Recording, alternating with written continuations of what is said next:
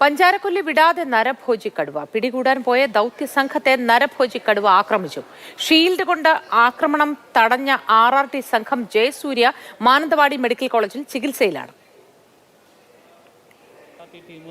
വനത്തിൻ്റെ ഉള്ളിലേക്ക് കയറി നമ്മുടെ കടുവേനെ അകപ്പെടുത്താനും ഷൂട്ട് ചെയ്യാനുള്ള ഒരു ശ്രമം നടത്തിയിട്ടുള്ളത്. അപ്പോൾ വലിയൊരു ഗ്യാങ് തന്നെ ഫോറസ്റ്റിൻ്റെ ഉള്ളിലേക്ക് പോയി സെർച്ച് നടത്തി കൊണ്ടിരിക്കുന്ന അവസരത്തിലാണ് പുറകിൽ നിന്ന് കടുവിൻ്റെ ഒരു അറ്റാക്ക് ഉണ്ടാവുന്നത്. ജയസൂര്യ എന്ന് പറയുന്ന ബീറ്റ് ഫോറസ്റ്റ് ഓഫീസറെ അത് അടിച്ച് വീഴ്ത്തുകയാണ് ചെയ്തിട്ടുള്ളത്. അപ്പോൾ കാര്യമായിട്ടുള്ള ഒരു അപകടകരമായിട്ടുള്ള ഒരു പരിക്കൊന്നും ഇപ്പോൾ നിലവിലില്ല. അദ്ദേഹത്തിൻ്റെ കൈത്തണ്ടേൻ്റെ ഇവിടെ ഒരു നഖം കൊണ്ടുകയറി എന്നുള്ളതാണ് ഒരു കൃത്യമായിട്ടുള്ള ഒരു പരിക്ക് എന്ന് പറയുന്നത്. അപകടത്തെ സംബന്ധിച്ചുള്ള വിഷയങ്ങളൊന്നും നിലവിലില്ല. അത് നമ്മൾ 10-15 പേരുണ്ടായിരുന്നു. നമ്മൾ സെർച്ച് ചെയ്ത് നോക്കുന്നു. അപ്പോൾ പെട്ടെന്ന് പുറകിൽ നിന്ന് അടിച്ചിടണം. അപ്പോൾ ഞാൻ ഷീൽഡും കൊണ്ട് മേലെ ഇങ്ങനെ തട്ടപ്പോൾ കടുവിൻ്റെ കൈ മാത്രം അടിച്ച് താഴെ വീണ് ഞാൻ കടുവിൻ്റെ മേത്തിരുന്നു. ഷീൽഡിൽ കടുവ നിങ്ങളുടെ മുകളിലായി. ഭീതി ഒഴിയാതെ നാട് വിറങ്ങലിച്ചിരിപ്പാണ്. വനമന്ത്രിയുടെ നേതൃത്വത്തിൽ ഉന്നതതല യോഗം കൽപ്പറ്റയിൽ ചേർന്നു. നമ്മുടെ പ്രതിനിധികൾ അവിടെ നിന്നും ചേരുന്നുണ്ട്. ഇംതിയാസ് കരീമുണ്ട്, M കമലും സാരംഗും വിശദവിവരങ്ങളുമായി ചേരുന്നുണ്ട്. ആദ്യം ഇംതിയാസിലേക്ക്. ഇംതിയാസാണ് പഞ്ചാരക്കൊല്ലിയിൽ വിവരങ്ങളുമായി ഒപ്പം ചേരുന്നത്. ഇംതിയാസ്, ഈ ദൗത്യ സംഘത്തിന്റെ പ്രവർത്തനം എങ്ങനെയാണ്? കാരണം വലിയ അനിശ്ചിതത്വം ഉണ്ടായിരിക്കുന്നു. ഈ RRT സംഘത്തിലെ ഒരാൾക്ക് കടുവയുടെ പരിക്കേൽക്കുന്നു. ഈ കടുവ ഓടി രക്ഷപ്പെടുകയായിരുന്നു. ഈ പ്രദേശത്ത് തന്നെ കണ്ടെത്താൻ ഇനിയുള്ള ശ്രമങ്ങൾ മുന്നോട്ട് കൊണ്ടുപോയിക്കൊണ്ടിരിക്കുകയാണോ?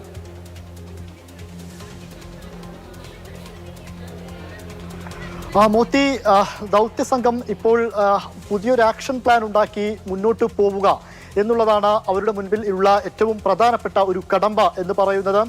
അതായത് ഈ RRT അംഗത്തിന് ജയസൂര്യയ്ക്ക് പരിക്ക് പറ്റിയ സ്ഥലത്ത് തറാട്ടിൽ എന്ന ഭാഗത്ത് ഈ വനംവകുപ്പ് ഉദ്യോഗസ്ഥരും എല്ലാം അവിടേക്ക് പോയിരുന്നു. ആ ഭാഗങ്ങളിൽ തന്നെയായിരുന്നു ഇത്തരത്തിൽ ഒരു 20 അംഗ RRT ടീമിനെയും അതുപോലെ തന്നെ 8 അംഗങ്ങൾ ഉൾപ്പെടുന്ന ഒരു വലിയ സംഘത്തെയും ഒക്കെ നിയോഗിച്ചിരുന്നത്. അവിടെ വെച്ചാണ്, ഈ തറാട്ടിൽ എന്ന പ്രദേശത്ത് വെച്ചാണ് ഒരു ആക്രമണം ഉണ്ടാവുന്നതും. അതുകൊണ്ട് തന്നെ ആ ഭാഗത്തേക്ക് എത്തി ആദ്യം ഇയാൾ മാനന്തവാടി മെഡിക്കൽ കോളേജ് ആശുപത്രിയിലേക്ക് എത്തിക്കുകയും അതിനു പിന്നാലെ തന്നെ ഈ കടുവ എവിടെയാണ് എന്നുള്ള രീതിയിൽ ലൊക്കേറ്റ് ചെയ്യാനാണ് ഈ സംഘം ശ്രമിച്ചത്. അതിൽ ബോധ്യപ്പെട്ട ഒരു കാര്യം എന്ന് പറയുന്നത് പഞ്ചാരക്കൊല്ലി തറാട്ടിൽ എന്ന ഭാഗത്ത് കടുവയുടെ സാന്നിധ്യമുണ്ട്. കടുവ ഈ പ്രദേശം വിട്ട് ഈ 300-400 മീറ്റർ പരിധി വിട്ട് എങ്ങോട്ടേക്കും കടുവ പോയിട്ടില്ല എന്ന കാര്യം ഇവർ ഉറപ്പിക്കുകയാണ്. അതിനു പിന്നാലെയാണ് ഒരു തവണ വെടിവെക്കാനുള്ള ഒരു ശ്രമം നടത്തുന്നത്. പക്ഷെ അത് ഈ കടുവ അതിവേഗത്തിൽ സഞ്ചരിക്കുന്നതും പൂർണ്ണ ആരോഗ്യവാനാണ് എന്നുള്ളത് കൊണ്ട് തന്നെ ആ ശ്രമം പരാജയപ്പെട്ടു എന്നാണ് പറയുന്നത്. അതുകൊണ്ട് തന്നെ ഇനിയൊരു പുതിയ ആക്ഷൻ പ്ലാൻ ഉണ്ടാക്കി, അതായത് റഡാർ പരിധിയിൽ കാണുന്നില്ല എന്ന് പറയുമ്പോൾ തന്നെ പുതിയ ഒരു ആക്ഷൻ പ്ലാൻ ഉണ്ടാക്കി മുന്നോട്ട് പോകണം. അതിന്റെ ഭാഗമായിട്ട് ഇപ്പോൾ ഈ അരുൺ സക്രിയ അടക്കമുള്ള ടീം ഇപ്പോൾ തിരിച്ച് ബേസ് ക്യാമ്പ് ഓഫീസിലേക്ക് തന്നെ എത്തിയിരിക്കുകയാണ്. ഇനി ഒരു പുതിയ പ്ലാൻ ഉണ്ടാക്കുന്നു. ആ പ്ലാൻ അനുസരിച്ച് മുന്നോട്ട് പോകണം എന്നുള്ളതാണ് ഇവരുടെ മുൻപിലുള്ള ഒരു പ്രധാനപ്പെട്ട കാര്യമെന്ന് പറയുന്നത്. അതുമായി ബന്ധപ്പെട്ട ചർച്ചകളും അതുമായി ബന്ധപ്പെട്ട കാര്യങ്ങളെല്ലാം ഇപ്പോൾ അവർ നോക്കിക്കൊണ്ടിരിക്കുകയാണ്. അതേസമയം തന്നെ നിലവിലുള്ള ക്യാമറകളെല്ലാം പരിശോധിച്ചുകൊണ്ട് ഈ ഭൂപ്രകൃതി മൊത്തം പരിശോധിക്കുകയും കടുവയുടെ സഞ്ചാരം ഏത് വഴിക്കാണ്, കടുവയെ കാണുന്നുണ്ടോ എന്ന കാര്യങ്ങളെല്ലാം ഇപ്പോൾ പരിശോധിച്ചു വരികയാണ്. അതേസമയം തന്നെ ഇന്ന് വനം മന്ത്രി AK ശശീന്ദ്രന്റെ നേതൃത്വത്തിൽ ഒരു ഉന്നതതല യോഗവും ചേരുന്നുണ്ട്. ഇതുവരെ സംഭവിച്ച കാര്യങ്ങളെല്ലാം അദ്ദേഹത്തെ ധരിപ്പിക്കുകയും ഇനി എന്താണ് ചെയ്യാൻ പോവുക എന്ന കാര്യമൊക്കെ ആ യോഗത്തിൽ വിശദീകരിക്കുകയും ചെയ്യും. ഒരാളെ കടുവ ആക്രമിച്ചിരിക്കുന്നു. ഇത് ഒരു തരത്തിലും RRT സംഘത്തിന്റെ നിരീക്ഷണ ഉദ്യോഗസ്ഥരുടെ മനോവീര്യം കെടുത്തിയിട്ടില്ല എന്ന് തന്നെ കരുതുന്നു.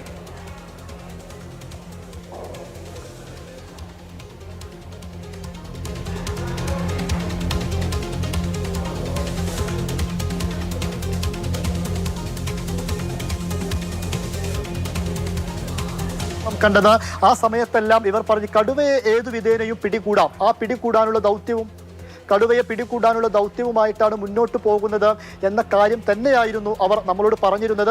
ഇന്ന് വീണ്ടും ഒരു ആക്രമണം ഉണ്ടാവുന്ന സാഹചര്യത്തിൽ എന്തായാലും പിന്നോട്ടില്ല. കടുവയെ പിടികൂടുക, അതായത് ഇനി വേണമെങ്കിൽ ഒരു പക്ഷേ കണ്ടാലുടൻ വെടിവെക്കുക എന്ന രൂപത്തിലേക്ക് തന്നെ, മാനദണ്ഡ പ്രകാരം വെടിവെക്കുക എന്നുള്ള രൂപത്തിലേക്ക് തന്നെ കാര്യങ്ങൾ പോകും.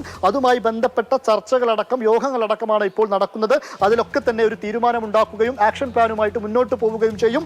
കടുവയെ പിടികൂടുമെന്നുള്ള പ്രതീക്ഷയിൽ തന്നെയാണ് ദൗത്യ സംഘമുള്ളത്. ശരി, ഇംതിയാസിലേക്ക് മടങ്ങി വരാം. ഇപ്പോൾ മാനന്തവാടി മെഡിക്കൽ കോളേജിൽ നിന്നും എം കമൽ കൂടി ഒപ്പം ചേരുന്നുണ്ട്.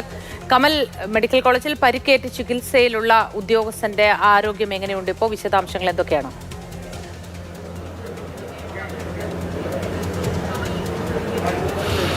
മോത്തി, ജയസൂര്യയുടെ ആരോഗ്യനിലയിൽ ആശങ്കപ്പെടാനൊന്നുമില്ല. അദ്ദേഹത്തിന് മുറിവുള്ളത് ചെറിയൊരു സ്ക്രാച്ച് മാത്രമാണുള്ളത്.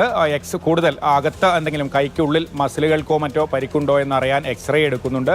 ഉദ്യോഗസ്ഥരുമായി നമ്മൾ റേഞ്ച് ഓഫീസർ ഉൾപ്പെടെയുള്ളവരുമായി സംസാരിച്ചിരുന്നു. അവർ പറഞ്ഞത് ആശങ്കപ്പെടേണ്ട സാഹചര്യം ഒന്നുമില്ല എന്ന് തന്നെയാണ്. മന്ത്രി OR കേളുവും പുറത്ത് വന്ന കാര്യം സ്ഥിരീകരിച്ചിരുന്നു. എന്തായാലും വളരെ ആശങ്കാകരമായൊരു സംഭവമാണ് ഉണ്ടായത്. കാരണം ദൗത്യസംഘത്തിൽ 8 പേർ നടന്നു നീങ്ങുമ്പോൾ പിന്നിൽ നിന്ന കടുവ ആക്രമിക്കുകയായിരുന്നു. ജയസൂര്യ ഷീൽഡ് ഉപയോഗിച്ച്, കയ്യിലുള്ള ഷീൽഡ് ഉപയോഗിച്ച് കടുവയെ തടുക്കാൻ ശ്രമിക്കുമ്പോഴാണ് പരിക്കേറ്റത്. ഈ കയ്യിലെ മുറിവ് കടുവയുടെ നഖമാണോ അല്ലെങ്കിൽ ഈ ഷീൽഡ് പൊട്ടി മുറിവേറ്റതാണോ എന്ന് ഇപ്പോഴും അറിയില്ല. പക്ഷേ എന്തായാലും കൈക്കൊരു മുറിവുണ്ട്. ഇനി മസിലിന് എന്തെങ്കിലും രീതിയിൽ പേശികൾക്ക് പരിക്കുണ്ടോ എന്നറിയാനാണ് എക്സ്റേ ഉൾപ്പെടെ എടുക്കുന്നത്. എന്തായാലും ഇവിടെ വനംവകുപ്പിൻ്റെ വാഹനത്തിലെത്തിയ ശേഷം ഇറങ്ങി നടന്നാണ് സ്ട്രെച്ചറിൽ കയറി കിടന്ന കാഷ്വാലിറ്റിക്ക് അകത്തേക്ക് കൊണ്ടുപോയത്.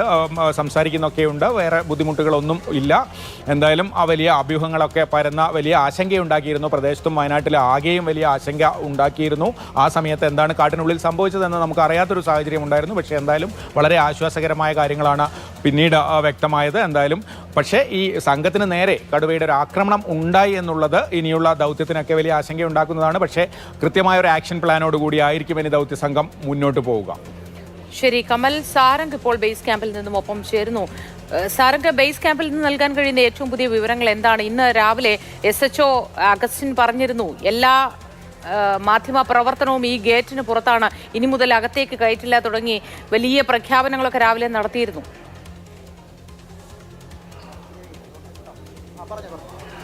മോത്തി, എന്തായാലും അത്തരത്തിലുള്ള പുതിയ പ്രഖ്യാപനങ്ങളൊന്നും തന്നെ ഇപ്പോൾ വരുന്നില്ല. കാരണം ഇനി എത്രയും പെട്ടെന്ന് തന്നെ പുതിയൊരു ആക്ഷൻ പ്ലാൻ രൂപീകരിക്കുക എന്ന കാര്യത്തിലേക്ക് തന്നെ തീരുമാനങ്ങൾ പോകുന്നു. അരുൺ സക്രി അടക്കമുള്ള ഉയർന്ന ഉദ്യോഗസ്ഥരെല്ലാം തന്നെ ക്യാമ്പ് ഓഫീസിൽ തന്നെ തമ്പടിക്കുന്ന ഒരു സ്ഥിതിയാണ് നമ്മൾക്കിപ്പോൾ കാണാൻ സാധിക്കുന്നത്. മാത്രമല്ല കുങ്കിയാനയെ കൂടി ഉപയോഗിച്ചുകൊണ്ടുള്ള ഒരു തിരച്ചിൽ നടത്തുന്നു.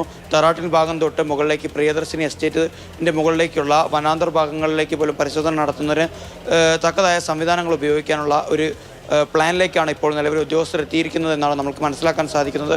കാരണം റഡാർ ഉപയോഗിച്ചുകൊണ്ടുള്ള പരിശോധനകൾക്കൊക്കെ തന്നെ ഒരുപക്ഷെ ഫലപ്രാപ്തിയിലേക്ക് എത്താൻ സാധിക്കുന്നില്ലെങ്കിൽ പോലും ഇനി തെർമൽ ഡ്രോണുകൾ കൂടി ഉപയോഗിച്ചുകൊണ്ടുള്ള ആ ഒരു 300-400 മീറ്റർ റേഡിയസ് കൃത്യമായി അരിച്ചുപെറുക്കി പരിശോധന നടത്താനുള്ള ഒരു തയ്യാറെടുപ്പിലേക്ക് തന്നെയാണ് വനം വകുപ്പ് ഉദ്യോഗസ്ഥർ പോകുന്നത്. കാരണം ഇപ്പോൾ ആളുകൾക്ക് ആശ്വാസം പകരാനായി ഇവിടെ മിഷന് തന്നെ നേതൃത്വം വഹിക്കാനായി ഇവിടെ എത്തിയ ഉദ്യോഗസ്ഥരിൽ ഒരാൾക്കാണ് പരിക്കേറ്റത് എന്നത് ഏറെ ഗൗരവമായി കണ്ടു തന്നെയാണ് ഇപ്പോൾ ഉദ്യോഗസ്ഥർ മുന്നോട്ടേക്ക് പോകുന്നത്. അപ്പോൾ ഒരുപോലെ തന്നെ എങ്ങനെയാണ് ഈ ഒരു മൃഗത്തെ കീഴ്പ്പെടുത്താൻ കഴിയുക, അതിനോടൊപ്പം തന്നെ എങ്ങനെ സ്വയം പ്രതിരോധം കൂടി അതിനോടൊപ്പം തന്നെ ചേർത്ത് നിർത്താൻ കഴിയും എന്നുള്ള കാര്യത്തിൽ കൂടി കൃത്യമായ ഒരു വിശകലനം നടത്തിയതിന് ശേഷമായിരിക്കും എന്തായാലും ഉച്ചയ്ക്ക് ശേഷമുള്ള ആ ഒരു പ്ലാനിങ് മുന്നോട്ടേക്ക് പോവുക. അതിനുശേഷമായിരിക്കും കൃത്യമായുള്ള ഒരു ടീമിനെ തന്നെ അണിനിരത്തിക്കൊണ്ടുള്ള തിരച്ചിൽ നടത്തുക. ഇനി കൂടുതലായുള്ള വലിയ തോതിലുള്ള സംശയങ്ങളോ മറ്റ് അഭ്യൂഹങ്ങൾക്കോ ഒന്നും തന്നെ വില നൽകേണ്ടതില്ല എന്നുള്ള കാര്യം കൂടി ഉദ്യോഗസ്ഥരുടെ ഭാഗത്തു നിന്ന് വരുന്നുണ്ട്. ഇനി ഇത്തരത്തിൽ കടുവയെ കൃത്യമായിട്ടുള്ള ഒരു പോയിന്റ് ബ്ലാങ്കിൽ കിട്ടിക്കഴിഞ്ഞാൽ നേരത്തെ പറഞ്ഞ മാനദണ്ഡങ്ങളൊക്കെ തന്നെ പാലിച്ചുകൊണ്ട് ഒരുപക്ഷെ ഫയർ ചെയ്യാനുള്ള സാധ്യത തന്നെയാണ് നമ്മൾ മുന്നിൽ കാണേണ്ടതുള്ളത്. നേരത്തെ ഫയർ ചെയ്തിരുന്നു, പക്ഷേ ആ ഒരു സമയത്ത് അത്രയും വേഗത്തിൽ തന്നെ കടുവ സഞ്ചരിക്കുന്ന കാഴ്ചകൾ ആണ് ഉദ്യോഗസ്ഥർ നേരിട്ട് കണ്ടത്. മാത്രമല്ല പൂർണ്ണമായ ആരോഗ്യവാനായത് കൊണ്ട് തന്നെ കീഴ്പ്പെടുത്തി എടുക്കുക എന്നത് അത്രത്തോളം ഫലപ്രദമായിട്ടുള്ളൊരു കാര്യമില്ല. അതുകൊണ്ട് തന്നെ ഇനി എത്രയും പെട്ടെന്ന് തന്നെ കയ്യിൽ കിട്ടിയാൽ എത്രയും പെട്ടെന്ന് തന്നെ ഷൂട്ട് ചെയ്യുന്നതിന് തക്കതായ തീരുമാനങ്ങളിലേക്കാണ് ഫോറസ്റ്റ് ഉദ്യോഗസ്ഥർ മുന്നോട്ടേക്ക് പോകുന്നത്. മോത്തി, ശരി സാരംഗ്, വളരെ ദുഷ്കരമായൊരു ദൗത്യം തന്നെയാണ് വയനാട്ടിലേത്. അതുകൊണ്ട് തന്നെ RRT സംഘം അടക്കമുള്ളവർ അവിടെ നിരന്തരമായി നിരീക്ഷണം നടത്തിക്കൊണ്ടിരിക്കുന്നു. വിവിധ സംവിധാനങ്ങൾ ഉപയോഗിച്ച് കടുവയെ കണ്ടെത്തുക എന്നാണ് ഏറ്റവും ആദ്യം വേണ്ടത്. പിന്നീടാണ് തുടർ നടപടികളിലേക്ക് കടക്കേണ്ടത്. കടുവയെ കണ്ടെത്താനുള്ള ശ്രമങ്ങളാണ് പുരോഗമിക്കുന്നത്. അതിനിടയിലാണ് ഒരു RRT അംഗത്തിന് കടുവയുടെ ആക്രമണത്തിൽ പരിക്കേറ്റത്. ചികിത്സയിലാണ് ഉദ്യോഗസ്ഥൻ. പക്ഷേ നിസ്സാരമായ പരിക്കുകൾ മാത്രമേ ഉള്ളൂ എന്നത് ഏറെ ആശ്വാസം നൽകുന്നതാണ്. ഒരു തരത്തിലും ദൗത്യത്തിൽ നിന്ന് പിന്നോട്ട് പോകാതെ ദൗത്യസംഘം സ്ഥലത്ത് തന്നെയുണ്ട്. നമ്മുടെ പ്രതിനിധികൾ കമലും ഇംതിയാസും സാരംഗുമാണ് വിവരങ്ങൾ നൽകിക്കൊണ്ടിരിക്കുന്നത്. ഇംതിയാസ്, രാവിലെ മുതൽ നിരവധി അഭ്യൂഹങ്ങളാണ് ഉണ്ടായിരുന്നത്. ഒന്ന്, കടുവയ്ക്ക് വെടിയേറ്റു എന്ന് പറയുന്നുണ്ടായിരുന്നു ഇടയ്ക്ക്. മറ്റൊന്ന് ഗുരുതരമായി ഈ പരിക്കേറ്റു എന്ന് പറയുന്നു. കടുവ ആ സ്ഥലത്ത് തന്നെ ഉണ്ട് എന്നത് ബോധ്യപ്പെടുക കൂടിയായിരുന്നു നമുക്ക്. കാരണം പലപ്പോഴും അത് കടുവയെ ആ സ്ഥലത്ത് വീണ്ടും കണ്ടു എന്ന് പറയുന്നത് യോജിക്കാൻ കഴിയാത്ത ഒരു വിവരമായി ചുറ്റും പലരും പറഞ്ഞു കേട്ടു. എങ്കിലും കടുവ അവിടെ തന്നെ ഉണ്ട് എന്ന് ഉറപ്പിക്കുക കൂടിയാണ് ഇപ്പോൾ സംഘം. ഇനി ഏത് തരത്തിലാണ് ഇവിടെ ആക്ഷൻ പ്ലാൻ പ്രാവർത്തികമാക്കാനുള്ള ഇവരുടെ ശ്രമങ്ങൾ?